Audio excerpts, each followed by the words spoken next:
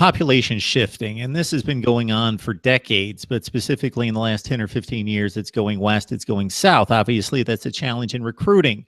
Every year we see where the top 300 to 400 prospects, maybe 40% roughly, are in that SEC footprint.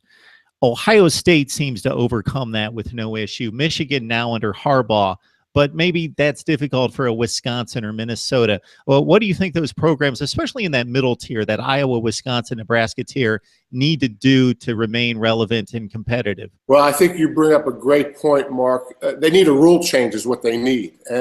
And the rule is close to being passed. They need junior visitations because the trend in recruiting is to commit before a prospect's senior year.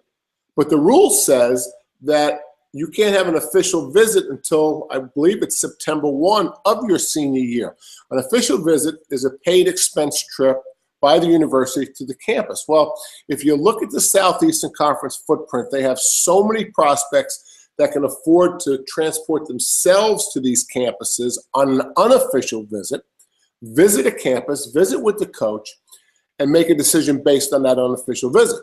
There's not a lot of prospects that can, from outside of Nebraska, by way of example, outside the Big Ten footprint, by example, transport themselves at their own expense to some of the Big Ten schools. So if the rule does pass, and I believe it's next month in April, if the rule does pass that junior visitation is allowed, I think that's going to be a windfall to the Big Ten, and it'll mitigate some of the issues that you brought up, population drain to the south. So SEC has spring football. There's so many advantages to the SEC footprint in recruiting that unless the Big Ten can have access to it financially, they're never going to be able to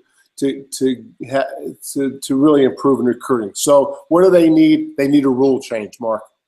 And some of these official visits being moved to May and June may not hurt as well, getting into that springtime weather as opposed to the heat in the south. And we've heard about that being a possibility as well.